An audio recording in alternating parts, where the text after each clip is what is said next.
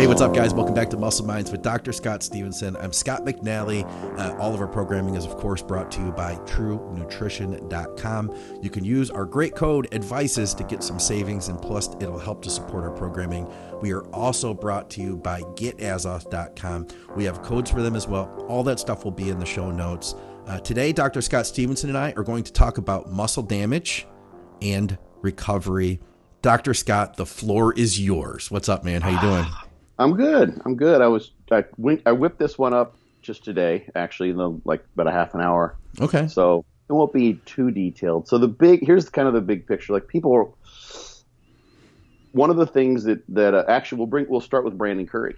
One of the things he mentioned when on the podcast that I thought was really, really cool to get his insight on was the people who can survive at oxygen, who are the best bodybuilders, genetically speaking.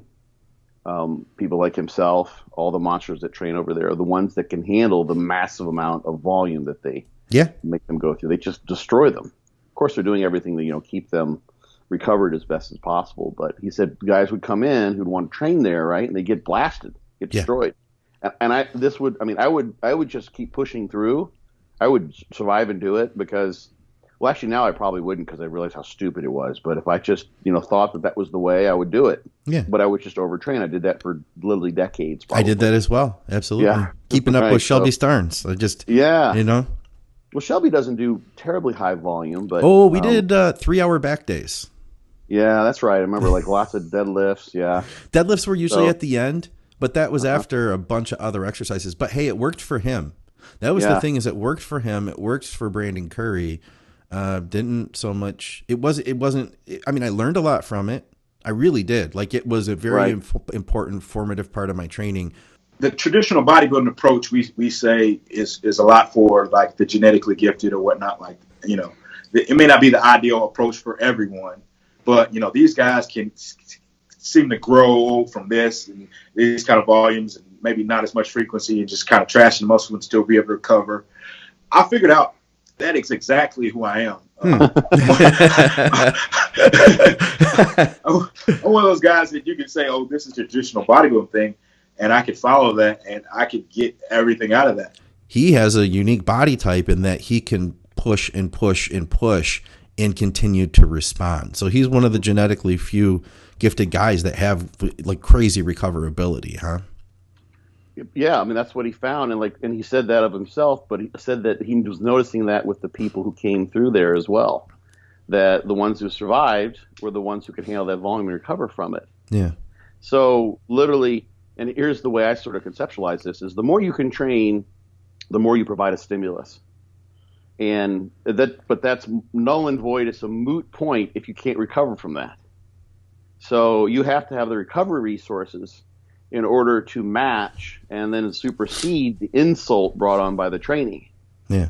So, if you can only recover from 10 sets, 12 sets, 15 sets, those extra sets are just junk volume.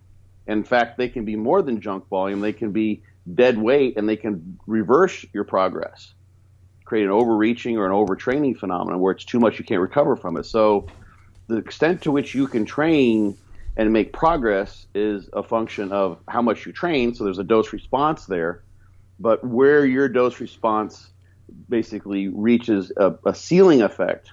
So more sets. At some point you get your max growth, and then you have this hormesis effect, which I've talked about before. You keep doing more and more sets, then your adaptation becomes less. Yeah. Because now you're creating such an insult to the muscle that you can't adapt from it. Yeah. Adapt to it. So really, in a way, there's going to be genetics of the extent to which you turn on protein synthesis, and that's all over the place, highly variable. The extent to which you have those satellite cells that proliferate themselves, incorporate themselves, and allow more nuclei in the muscle, which is probably important for long-term muscle growth. This myonuclear domain theory. That it seems like there's some variability there depending on the circumstances, but that's something you typically see. The people who respond have more nuclei, and they have a better response to the growth factors that bring on the nuclei. And we're going to talk about actually some of those things that are associated with that too in the recovery aspect today. So you have the ability to respond to the training, so sensitivity to the training stimulus, but then you also have to have a robustness in terms of recovering from the insult and the injury that's brought on from the training.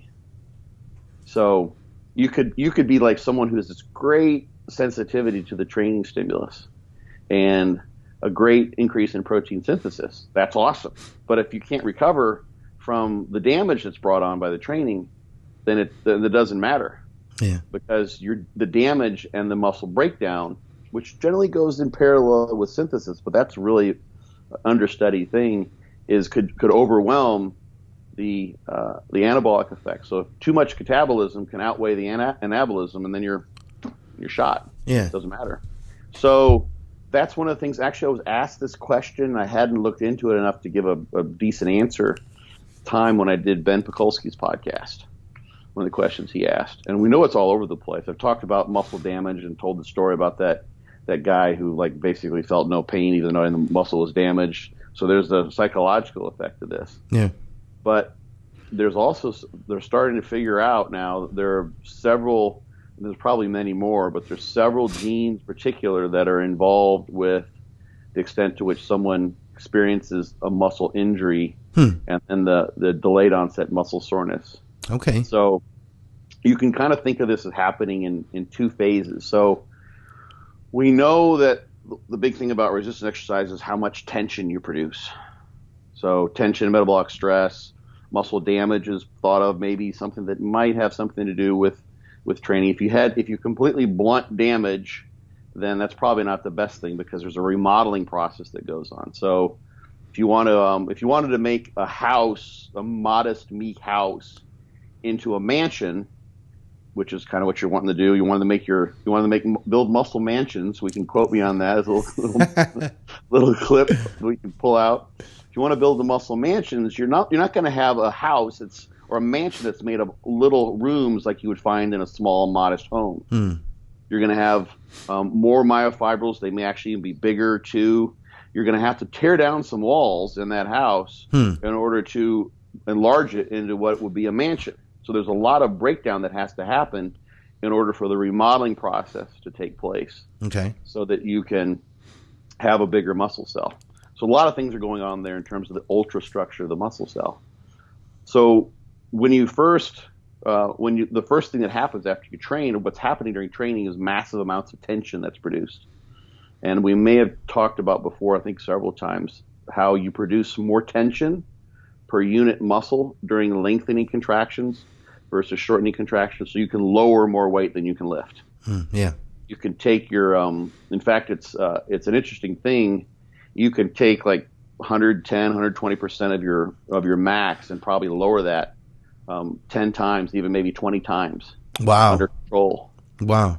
And they do that's what they do in some of these muscle damage studies. They'll take like 100, 110%, 120% of a concentric 1 rep max, like a knee extension. So person can lift 100 pounds with one leg. And then they'll put the pin on 120 and they'll have them do like 8 sets of 8 negatives only. Wow. Yeah. It's tremendously damaging. You get a huge effect. Yeah. Some people just get absolutely blasted. Some people don't get nearly as sore. Huh. So there's massive variability there. We had I talked about the guy who who basically felt no, but he had some damage, but he didn't feel any pain. We had one situation, this big study we did, where there were 2 guys in the same group who were about the same age. They had the same activity level. In fact, they were just runners, like no weight training, but they jogged this loop at the University of Georgia near campus. It was like a 3-mile run. I did it myself many times back then. Mm-hmm. And they did the same loop like 3 times a week, like literally. It's like they were on the same, recreational running program.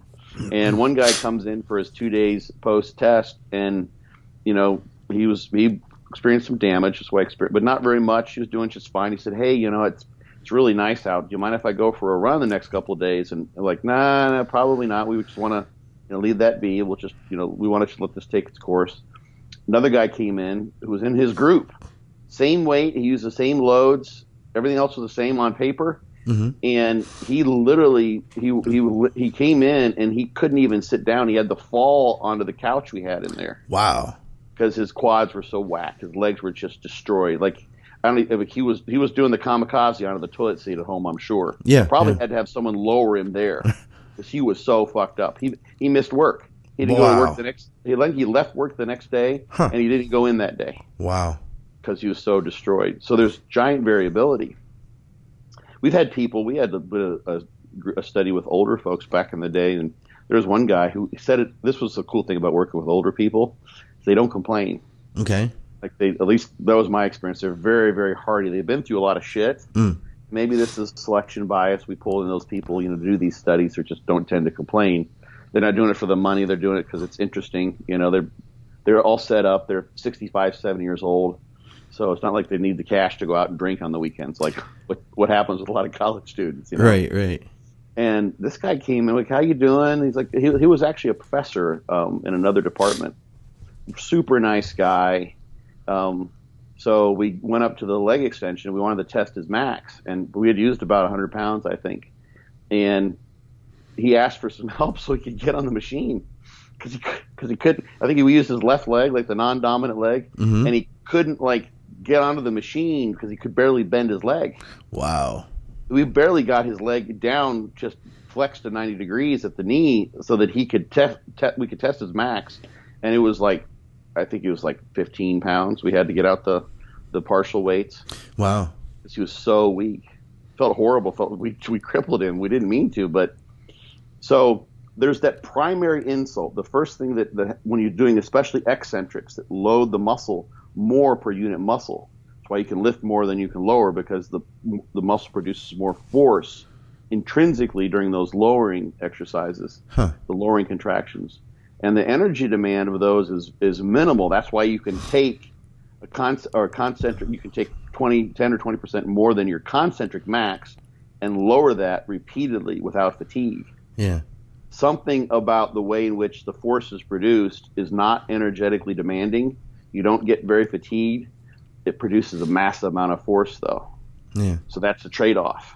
So that's why eccentrics produce so much damage, because there's so much force.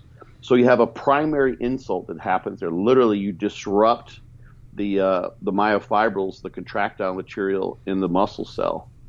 And if you look down, people talk about sarcomeres all the time, and if you look down, if you imagine like a cylindrical can that's a muscle cell, and the can holds uncooked spaghetti, you could pull out each of those spaghetti strands, and that would be like a myofibril. Okay. If you took the spaghetti strand and looked at it, and you would see this little repeating pattern, a striping or a striation.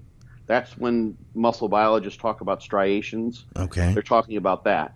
When bodybuilders talk about striations, we're talking about irregularities in the fascia, the epimysium of the muscle. Yeah. That has to do with the way the muscle's shaped underneath. So these myofibrils, then you pull out one spaghetti strand and you see regular patterns, and that has to do with the way the actin and myosin is oriented. So there'll be what's called a Z line, and then there'll be some actin that reaches in the middle of each of these sarcomeres, and then there's a big, it's called a thick filament full of myosin. What happens during muscle contraction, this is a sliding filament theory, is that the thick filament interacts with the thin filament made of actin, so the myosin interacts with the actin, and when you have a shortening contraction, the myosin grabs hold of the actin on a binding site, and the magic of it's a energetic mechanical conversion of energy from ATP into force. So the myosin pulls the actin towards the center, and the sarcomeres get shorter. And if you're looking at that spaghetti strand full of sarcomere, all those little sarcomeres get shortened. The whole myofibril gets shortened, so the whole fiber gets shortened. That's a concentric one. So all those myofibrils are producing shitloads of force. Each one of those sarcomeres is shortening, but there can be some irregularity too. So you can have some fibers that are being turned on and off. So like when people are shaking during really heavy loads, like Jordan tends to do that. This person I mentioned before, a lot of people do that. So some of those fibers are turning on and turning off repeatedly. So as the muscle's lengthening, it's doing this maneuver. Yeah. You can imagine like if each of those spaghetti strands were like made of rubber, but sort of a brittle rubber, and you're going like this as it's lengthening, you're creating all sorts of mechanical disruption in there. Yeah, sounds like so. Yeah, so one of the things you see when you look at a muscle under a microscope is, if you go back to that sarcomere, on either side of the sarcomere, you have something called a Z line, which stands for zwischen, which means between. It's the line between sarcomeres. Zwischenlinie is a German word. Okay. So that's some people don't even maybe know that, but that's because I speak German, so I like to look these things up. So those Z lines get all streamed, they get all smeared, they become irregular because there's disruption there. That's where the force is transmitted from sarcomere to sarcomere along the length of a myofibril, and then that connects also to the cell. So stay awake. I see this grogginess.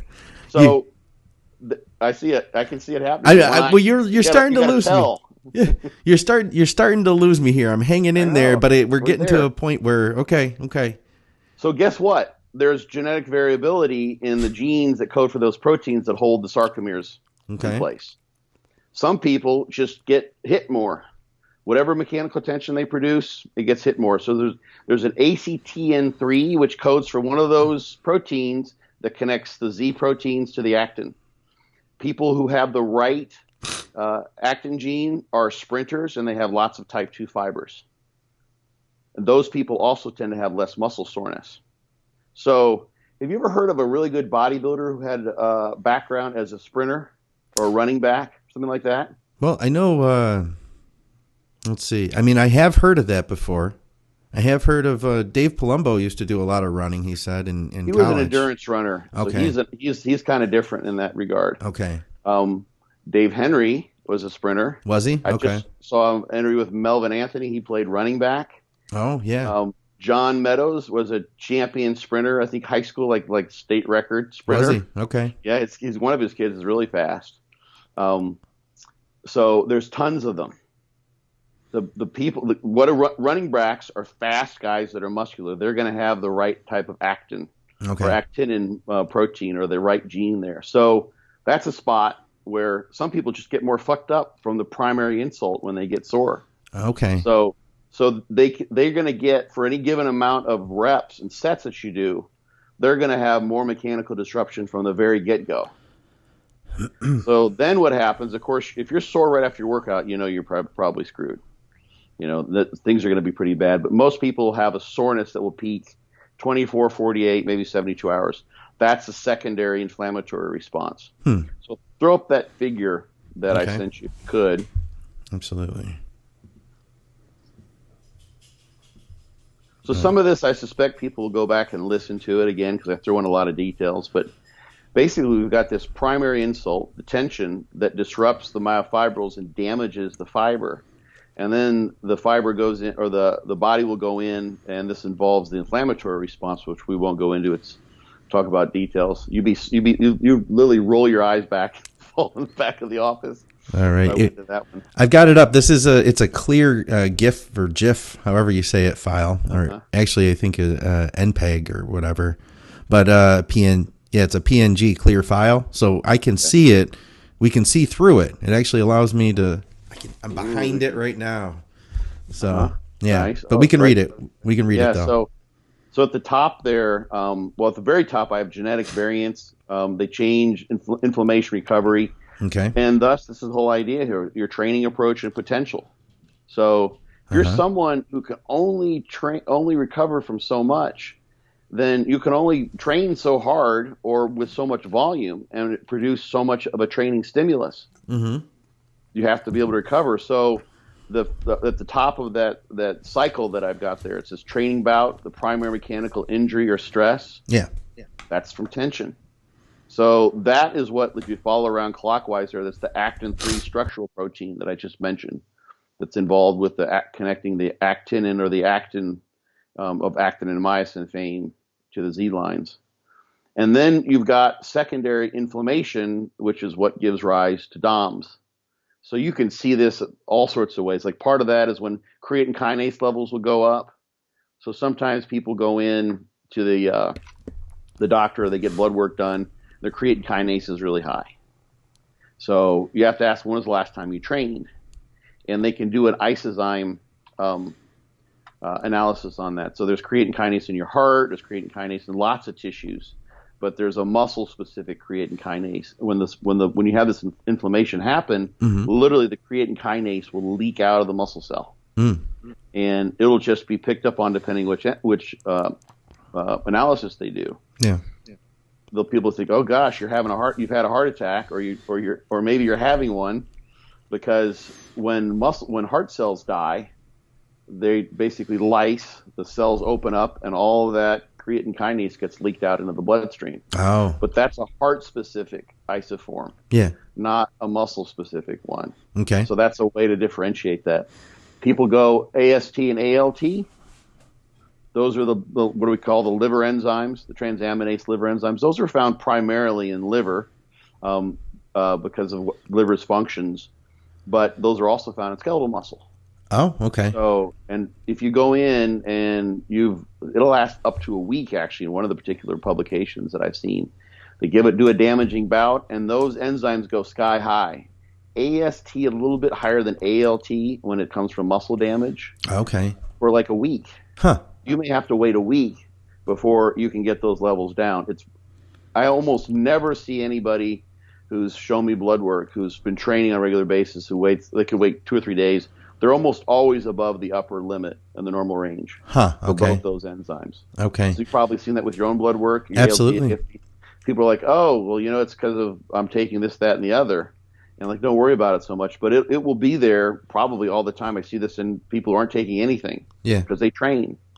I had a friend of mine who was seeing her OBGYN, and she didn't do a very good job of communicating things sometimes. So my friend was concerned about just making sure she knew what was going on, whatever, I can't remember what the medical issue was. But so will you come with me and just sit with my doctor and ask questions and maybe help me understand what she's saying? And she got her blood work back, and the doctor said, I wonder, are you drinking or anything like that might stress your liver? And she's like, no, I mean, I quit wine like months ago and blah, blah, blah. And she's like, well, these enzymes are high. And I said, well, the liver enzymes will be elevated for the reason I just told you. She's like, the liver enzymes, what do you mean? I said, the transaminase enzymes, AST and ALT. And she's like, no, they won't. I was like, yeah, actually that happens. It's been documented in research literature. I mean, I'm a muscle biology. She's like, but they don't get elevated from training like exercise. And I'm like, yeah, they do. I'll fax you if you like. I'll fax you the paper. And she's like, yeah, whatever. She just totally blew me off. Like, you know what the fuck you're talking about. Yeah. So my point was that was really kind of funny. She was like, she just basically said, you're lying. Yeah. I made it up for some reason, which I don't know why I would, to cover, whatever. For her drinking. Yeah. Well, you'll see ALT tends to be a little higher than AST when it's alcohol. Oh, yeah, so right. But they'll still will be above the upper limit. So that's part of this inflammation. The cells get broken down and the contents leak out. Yes, question. Let me ask, I got a question. So for anybody who's listening to this right now, watching this right now, and that they are doing their lab work and they are seeing some elevation, I'm sure you can't give me, a specific number, but how high might you see this? Let's say a guy who has tried to take a little time off. He's taken a couple days off the gym before, but he hasn't taken a week off. What would be like an expected elevation from muscle damage versus something that you might be more concerned about? What I like in people there's a repeated bout effect. I'm going to see if I can find this paper. A repeated bout effect whereby you train once, you get really sore, you wait 2-3 days. Actually, you can wait for months, and this will persist. Yeah. Where you do the same workout again, you don't get as sore.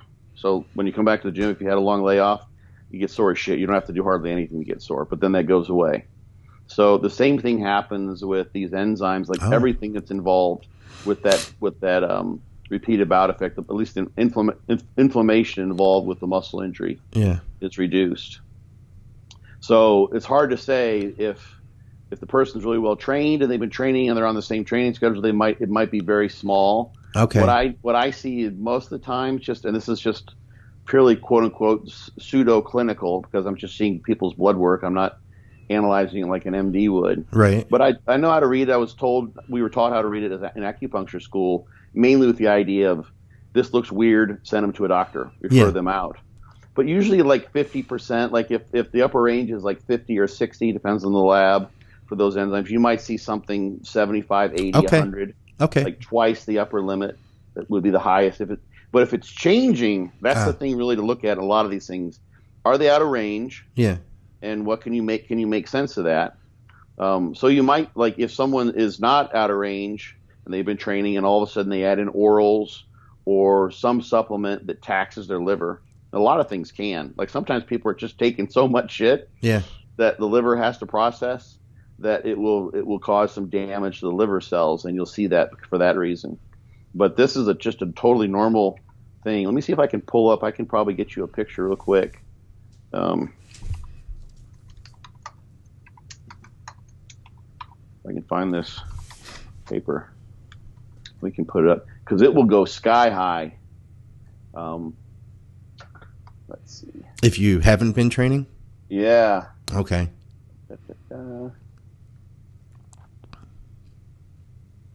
Yeah, I just figured it would be an interesting kind of side note so that if people were during their labs, they'd have an idea at least of how high to expect, you know. Mm-hmm. Now, if your whites of your eyes are turning yellow and you're in the quadruple digits. Yeah, you're getting jaundice. Yeah, that's a bad thing. That might be something else. Yeah, let's see here.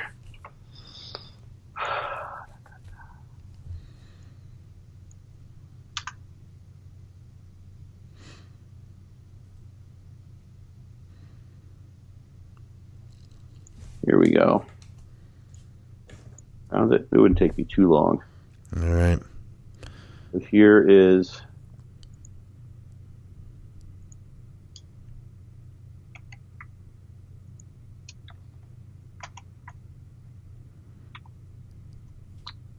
so these values show a normal cutoff.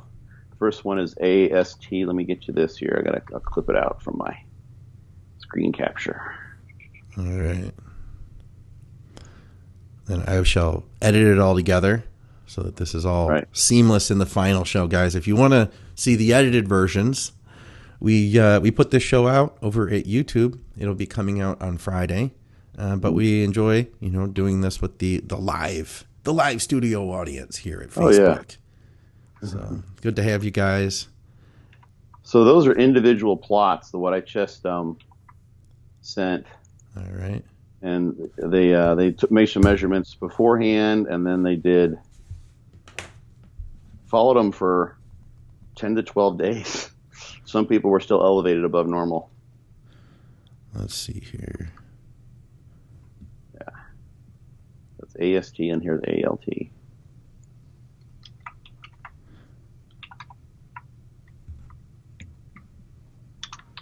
We can maybe throw this stuff too. Is people have the study. All right. I got your studies you just sent me. I'm going to grab them right now. Here's figure 1. I'll start with that. That's AST. I think so, yep. All right. So what were you saying here now? Oh, each of those lines you can see they've got different they'll show individuals. Okay. So you can see like some of the plots don't show nearly the elevation. There's at least a 2 or 3-fold variation across individuals. I'll send you this last one. It just shows people it's from the first page, so they can find this if they want to. British Journal of Clinical Pharmacology, Pettersson et al. That's from Sweden. So yeah, like one person peaked like 6 days later. Most people are peaking like 4 days in this case. You can look up what the exercise they did. It was, I think, your typical kind of brutal. But I'm pretty sure these are untrained people. Okay. Healthy men, used to moderate physical activity, not including weightlifting. From a 1 hour long weightlifting program, that's what they say. So let's see what it is. 70% of the max weight. So 70%. These are kind of non-exercise physiologists.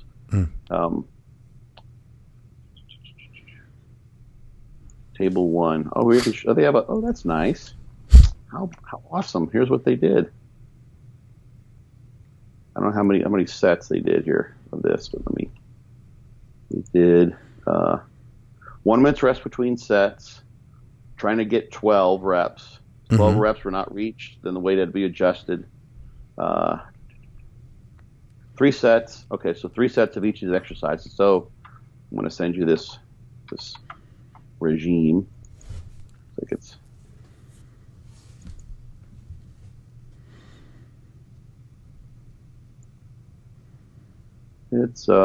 full body. So okay, Jack's pretty good. So this is very novel for these people. You won't see this kind of elevation in people who've been training. If you do, like, you kind of worry that literally there is something going on with their liver. So what should I put up first here? We'll put the title of the paper. Okay. And then the weightlifting program, I guess. Okay. Just real quickly, so people can pause and look at that if they like. The title is Muscular Exercise Can Cause Highly Pathological Liver Function Tests in Healthy Men. Okay? Yeah. And then here's your weightlifting regime. So that was 3 sets of each of those exercises. Okay. So lat pull downs they went all hardcore, did behind the neck. Cable Old machine, school, baby. seated row. What would Arnold do? Back raise, sit-ups, push-ups, reverse curls, machine side shoulder raise, seated leg extension, hamstring curl, leg press. So they did a lot of training here. Yeah, it's a full body, the full deal. But that's that's what you might do in like gym class where you do 3 times full body 3 times a week. That's a beginning program, Yeah. 3 sets of up to 12. They dropped the weight if they couldn't get 12. Yeah. So you have to look closely. The next ones you could put up either the ALT or AST. Okay, I got the ALT. I'll throw that one up first. All right, that's up. Yeah, so that there's a dotted line there. Their units, you can just look at the dotted line there along the bottom. That shows the normal limit. Okay. Given the units they're using there. Wow. But so that's they followed them for took several measurements to get a baseline the day before. And then a baseline measurement before exercise, and then a day later, you can see like 5 days later, some people are up it's like their baseline or the upper normal is about 0.7, and some people are up to 4. Yeah, that's a lot. So that's fucking high, yeah. And the AST, you can see that's the next one. Okay. This is the one, I said this because this is what. So that's a 7 to 4, like that's maybe 5 or 6 fold increase above the upper limit. Yeah, 5 to 6 times the upper limit. The AST is down like maybe 0.8, and they went up to like 16 was the peak. Wow. At 4 days. Yeah, so that's a 20-fold increase above what the upper limit would be. So not an increase above baseline, but just above the upper limit. Okay.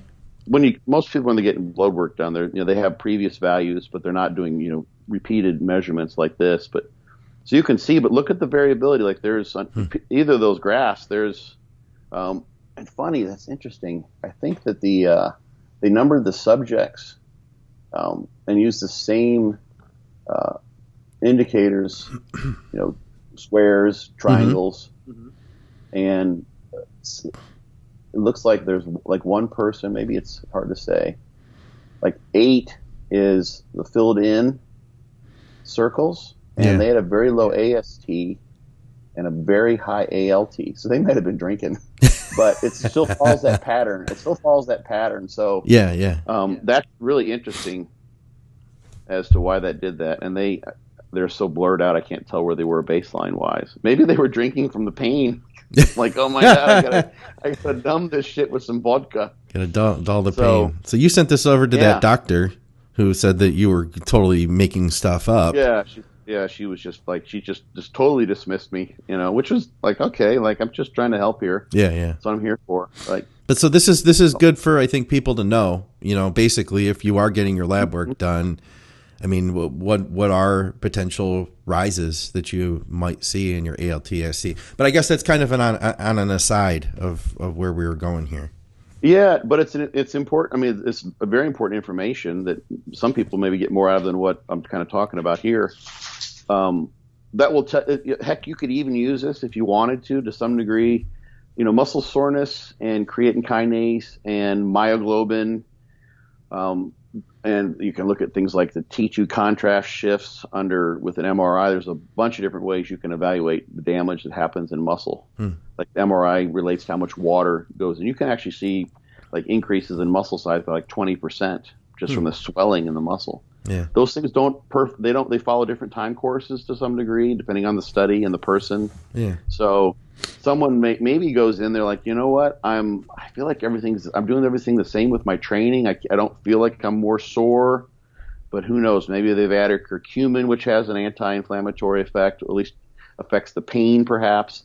Some things might have changed, and if they go in and they see that their AST, which is probably a better one, so we can kind of see here, has tripled. Yeah. That might suggest it could be the liver. If you look at the ALT as well, this is just, you're not going to diagnose just from this, but that would be another supporting piece of information to suggest that you've got greater inflammation and muscle breakdown.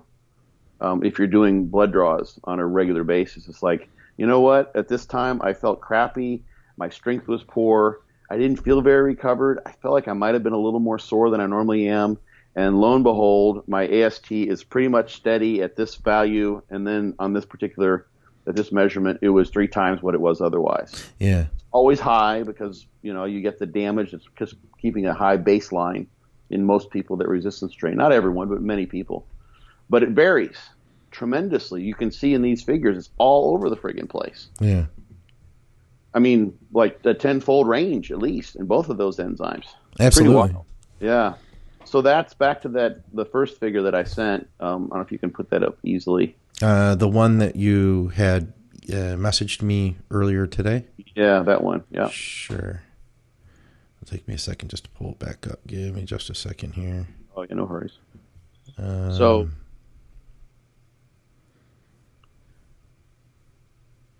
Actually, I'm going to have a hard time getting back to it now, honestly. Oh, that's okay. Yeah. Well, I mean, what I've got there is just the secondary aspect of muscle injury and soreness. So you have that initial insult where the tension causes disruption in the Z lines and the actin and myosin get misaligned. And then because you've got damaged tissue, you have an inflammatory response. Okay. And they've identified tumor necrosis factor alpha, I should say alpha in there, and interleukin 6, which are basically, they're cytokines, they're chemical messengers between cells that are involved with inflammation. And if you're the unlucky sod, to some degree, that has the genetics such that you get excess inflammation, yeah, you'll be someone who also experiences more soreness. Okay. So these are also involved with remodeling. So this is where paying attention to your soreness and probably kind of creating your own formula for how sore is too sore. Mm-hmm. Is important because, as I said before, kind of like we're going from the modest house to the muscle mansion. Right. There's some amount of remodeling that has to occur there. And this inflammation also involves breakdown and remodeling of the cells. So TNF and IL-6 have also been implicated as being important for muscle growth and just adaptation.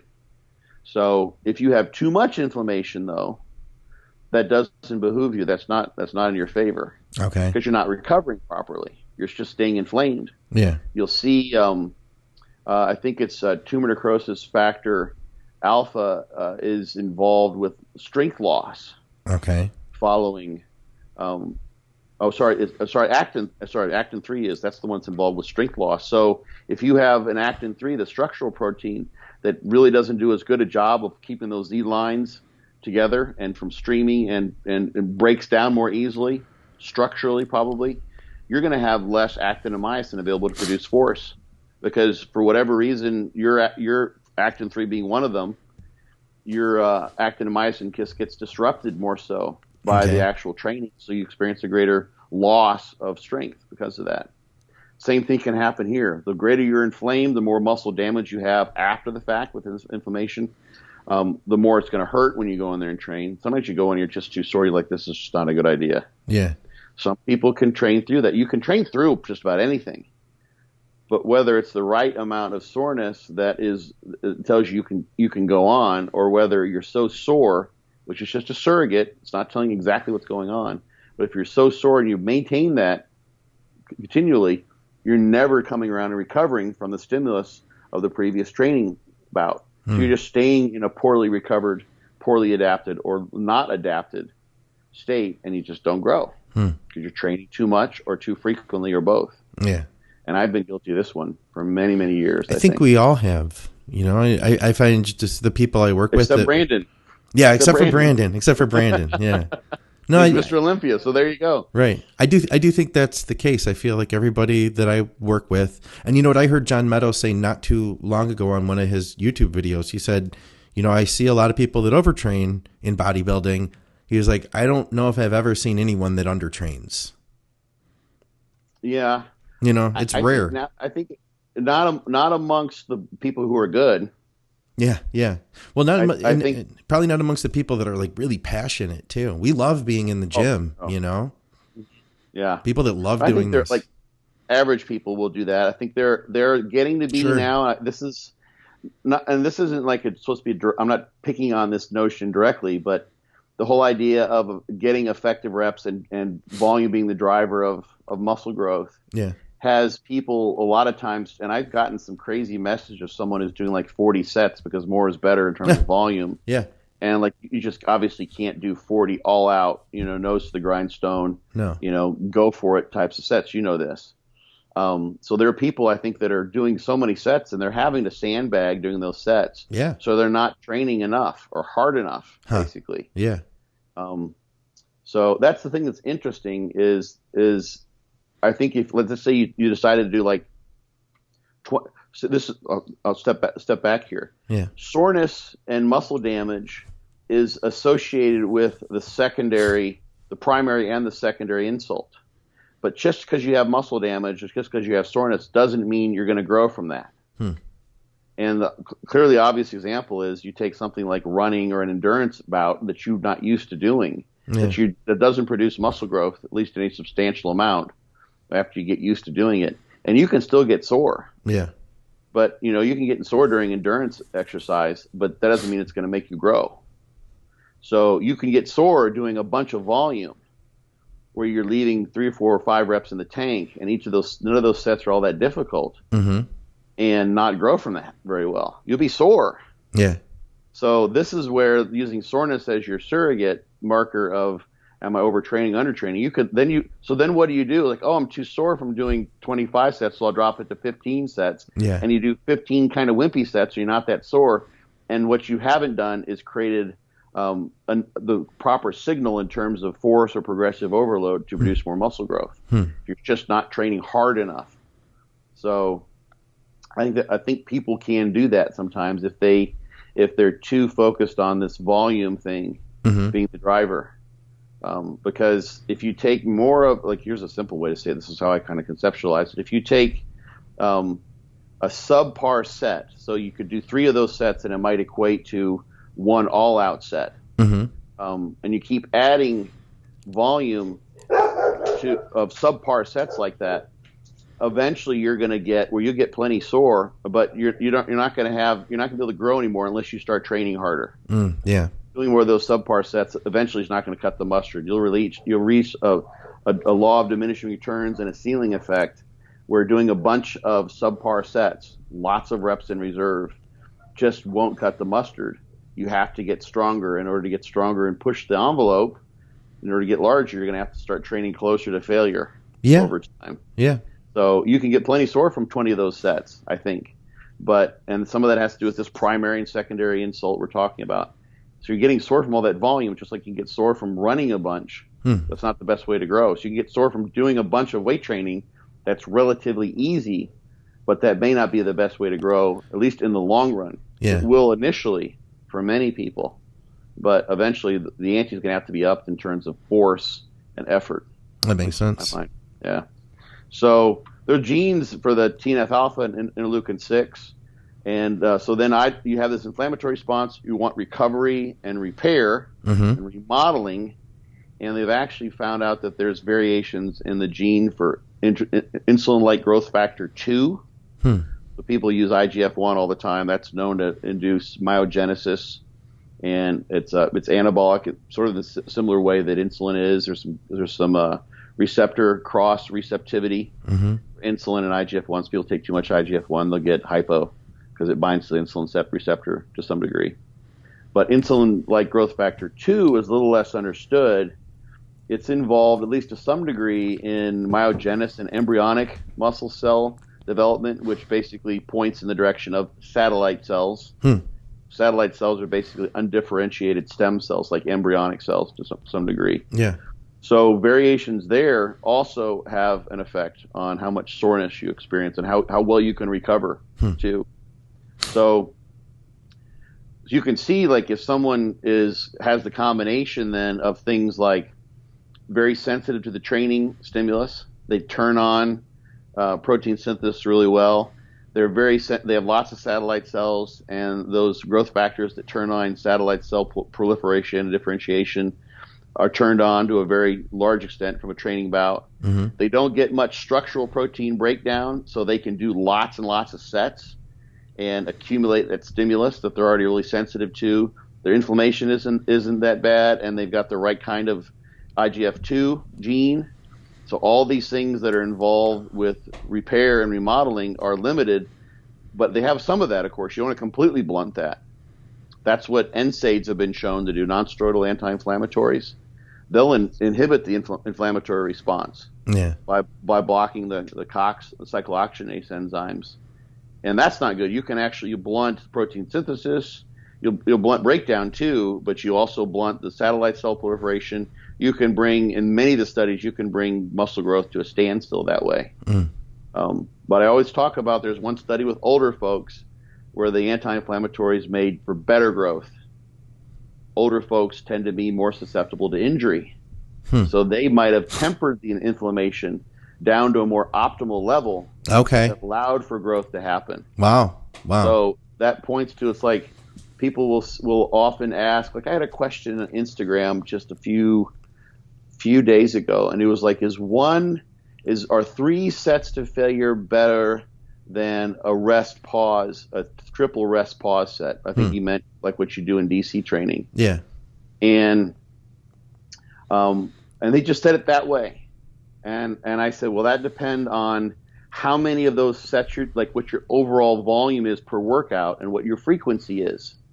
So for a lot of people, you're going to get more you're going to have a higher volume in terms of load times reps, workload that you produce by doing 3 straight sets, because you might do, 10, 8, and 7 reps with a given load. Whereas you do a rest pause set, you might get 10, 3, and 2. Right. So but you're also going to have more inroads into recovery and less quote unquote effective reps. Yeah. So for some people, the difference between 3 straight sets and a triple rest pause set might mean that if they try to do 3 exercises for a given muscle group and do 3 rest pause sets compared to 3 straight sets for 3 exercises 3 times a week, that might put them too far over the edge in terms of the straight sets. But the rest pause sets might be something they can recover from. Yeah. Or vice versa, depending on how hard they can train. So how well they execute those. Yeah. But it might not be the case if they if everything, if you shift the volume down. Now those 3 straight sets for only 2 exercises 3 times a week might be better than the triple rest pause. Because you're adjusting the dose of both of those depending on how often you do them and how many of them you do. Yeah. That's going to impact how sore you get. You can't recover from doing 3 exercises in that fashion 3 times a week, but you can recover from 2 exercises in that fashion. One might be better than the other with 2 exercises, whereas the flip-flop might be the case with 3 exercises. So frequency and volume and how you do these things are all going to interact, and part of that is simply recovery. More is not better. Better is better. And what's better depends on how much of what you do. It doesn't give us many answers, though. It's and I understand why, but I would like, as a podcast, to be able to provide something. What can we take from this to apply to our training today? How do you know how you're progressing? I don't know. How do you know? Well, you weigh yourself, you do skin fold measurements, you look in the mirror, and you look at your strength progression. Okay. So that's a big thing. If all the things are equal and you're getting stronger and you're gaining weight and you're not turning into a blob, then you're making progress. Okay. Imagine you're not making much progress. Maybe a rep here or two, but not what you might expect given where you are in your training career. You're not 10 years into it. Yeah. Let's say. Or let's say you're gaining weight pretty well, but you're just not gaining strength the way you would, and you're really, really sore. I might think I've got too much inflammation going. I'm not recovering from my training. That's why I'm not getting stronger, because the cells aren't getting bigger. I'm not getting more muscle mass. Also, there's a whole other aspect of recovery that has to do with your central nervous system, your endocrine system, your immune system as well. Yeah. So that's, I think, the limiter. But you can actually train the muscle too much to some degree. So if it's really, really sore all the time, every time you go in the gym, you're like, you're sore to the touch. You try to stretch a little bit, and you're like, oh, Jesus, criminy. I felt like someone took a knife into the muscle that you're about to train. Yeah. That's too much. Yeah. So it's all corroborating evidence. You don't look at one thing and say, well, if my muscle soreness is below a 5, then I'm good. If it's above a 5, I'm not good. You could be someone who can make progress at a 6. Someone else might not be able to make the progress at a 6. They have to drop to a 3. Remember, this is a subjective phenomenon. Like the kid who felt no pain, his muscle was destroyed, but when we did the pressure algometry test and pressed on his leg, he's like, that doesn't really hurt, because he has those painful experiences in his life. He just blew it off. Yeah. There was nothing for him. So what people can do is start tuning in. This is kind of the big picture bottom line here, is if you think you're doing everything right and you're not sure why you're not progressing in terms of strength and muscle mass, you may be one of those people who I have been, who you have been, a lot of people have been, who are training so much that they're doing too much, and they're just ignoring the muscle soreness because for them it's immaterial. You do whatever it takes. But whatever it takes may involve paying closer attention to your body, particularly the muscle soreness that you feel and the inflammation that you're getting, and paring things back may make sense, because if you don't recover from the stimulus, it's a moot point. You have to recover. In fact, recovery means not just getting back to where you were, but getting back to where you were and then some. Yeah. So, literally, the soreness can last over a week. I've taken weeks off or 5-6 days off, and I'll still feel a little sore. Sure. I've always been I've always been sore, all the time when I'm lifting. Okay. So that tells me I've to be careful of this more so than a lot of people. And for instance, one thing I think a lot of people found, we mentioned this before, is when the pandemic hit, people started training less regularly, not as hard, and a lot of people took breaks, and then there were relative breaks, just trying to maintain. They started making progress. Yeah, that was me. It was you, yeah. I was sort of trapped in my RV for a while, and I was just training out in that field. I was having a great time. I was doing a shitload, but I wasn't trying to gain a bunch of weight at that time, but I wasn't having any problem maintaining. That's for sure. And who was it? There was a guy, I'm blanking on his name. He's probably watching right now. He posted on. He said he went back to the gym after training at home for a while, and he lost 10% of his strength. Yeah. And then it all came back. And I think now he's maybe even stronger. Yeah, George White. It was George. Yes. Yeah. So, a lot of people are probably doing too much, and one way to figure that out is look at the soreness, and understand. Here's the other thing: is that it's the hardest thing for people to get. But the way I open this talk about why you don't look like a pro is this will also give you some insight as to why you're not playing in the NBA, why you're not an NFL superstar, why you're not a world level concert pianist, why you're not a genius working for NASA, why you're not doing all these things that people with extraordinary genetics can do. You just may be in a situation where you don't have great recovery genetics. It's all over the place. can see it in that study we've been talking about with ALT and AST. If you concede that fact, which may take years to concede, you may actually make progress by training hard and smarter, but doing less. Yeah, absolutely, you could. So, but yeah, it's all this. These are all bits and pieces. You got to put the whole thing together, you know. Okay. So, yeah. I mean, I remember like years ago. This is like the one time I was following Dave's version of DC training with Dante, and I asked him a question. He suggested that I do more. Okay.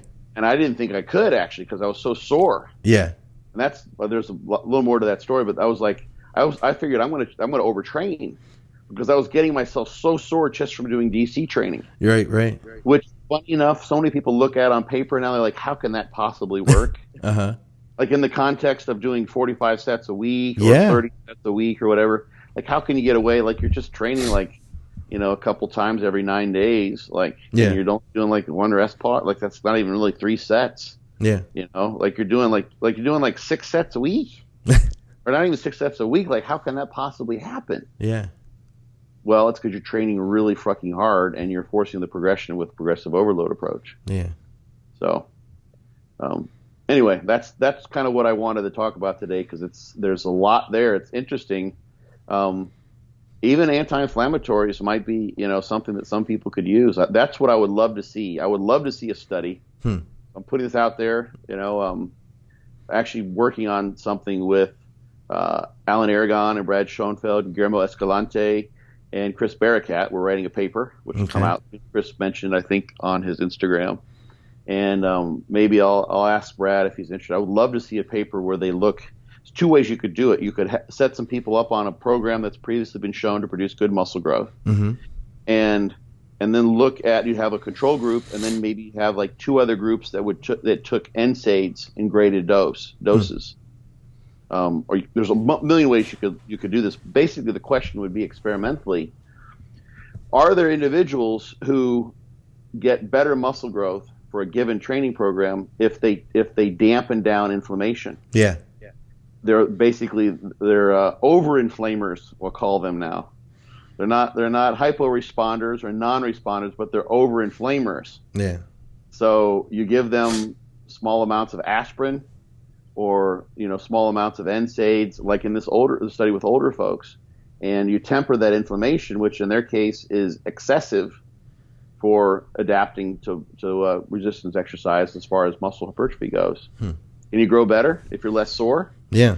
Still turn on. And it's interesting, you know, you do, like we've talked before about giving mega doses of antioxidants, like vitamin C and vitamin E, and that will basically counter adaptation exercise, because that free radical stress, that'll also actually counter muscle soreness too. You can give mega doses of vitamin C and vitamin E, and that will reduce muscle soreness. NAC, N-acetylcysteine, does the same thing. So you can, but if you take those at times away from the workout, it doesn't seem to have that effect. Yeah. So, and the interesting thing here is, as we showed in that figure that we first put up, is that you have this primary insult, and that sets in motion all sorts of things that they've measured that are transcription factors that turn on muscle growth, that correlate with muscle growth. Yeah. But the inflammation takes a while to take place. So here's my thought: is you train in the morning, let's say, you have that primary insult, you set in motion those transcription factors and the muscle growth phenomenon, and then if you're a person who has too much inflammation, which impairs your recovery, such you can't come back and train sooner or with more volume than what you have been doing. What if you take an anti-inflammatory after you've already set that anabolism in place and counter the inflammation so you can come back and train earlier? Yeah. It seems like you get the adaptation when you do that with antioxidants, as long as you space them away. So I'd love to see a study like that. Yeah, that'd be cool. Yeah, curcumin is something people could take. It has great health benefits. Curcumin actually has been shown to inhibit the loss of muscle size during disc atrophy. No kidding. Yeah. Okay. Yeah, there's some mixed stuff. So one of the things that's involved with disuse atrophy, you cast a muscle or you prevent it from being used and it shrinks, is free radical stress. Okay. So it's all connected. So curcumin could be something, that could be used away from a training bout. Yeah. Maybe. Haven't seen that studied either. Yeah. So anyway, there are lots of thoughts, but hopefully does that give you a bottom line, Scott? You're looking for what to take home? It gave me the bottom line. Yeah. Okay, yeah. I just wanted to try to tie it all back together. I know that's kind of sometimes the hardest part is to dumb it down for me, but I appreciate you trying. Well, the thing is, hopefully I did. The actin 3, you can't do shit about that unless you're going to start doing genetic engineering. Yeah. But the TNF alpha and the IL-6, IGF-2, that might be tough. But the inflammatory portion of that whole cycle, yes, is something that we can impact. Yeah. We can affect that with drugs. Yeah. Okay. Or over-the-counter supplements. Yeah. Over-the-counter drugs. And through looking at your training. And for looking at your training, yeah. So that's the thing. It would be, but the thing that last sort of solution it came up with is you could keep the training high, yeah, and then just kind of counter that inflammatory response. Yeah. First and foremost is probably to get your training on par. Like more drugs is not necessarily the answer that I'm pointing to, right? But it is something that's interesting. Yeah. And there's health benefits from many supplements that tend to have even normal levels of antioxidants like you get from vegetables, fruits and vegetables. Sure. Not a bad thing to have. Keep those high, like berries. There's all sorts of wonderful antioxidants in berries. So you have include some berries in with your Greek yogurt the night after you train is one of your post-workout meals. Right. That kind of stuff. It's healthful. You feel good, and who knows, it might help you recover better. Try it out. Yeah. All right. Well, in that case, let's get out of here. For another episode of Muscle Minds with Dr. Scott Stevenson, I'm Scott McNally. Of course, go over to byobbcoach.com. You can check out Scott's book there. We'll have links to the hardcover at Amazon, fortitudetraining.net to check out Scott's training plan. And, of course, go to our great sponsors, truenutrition.com, as well as getasloth.com. Guys, we'll see you soon. Scott, I love your hair, by the way. Oh, thanks, everybody. Thank you. I had to throw that in.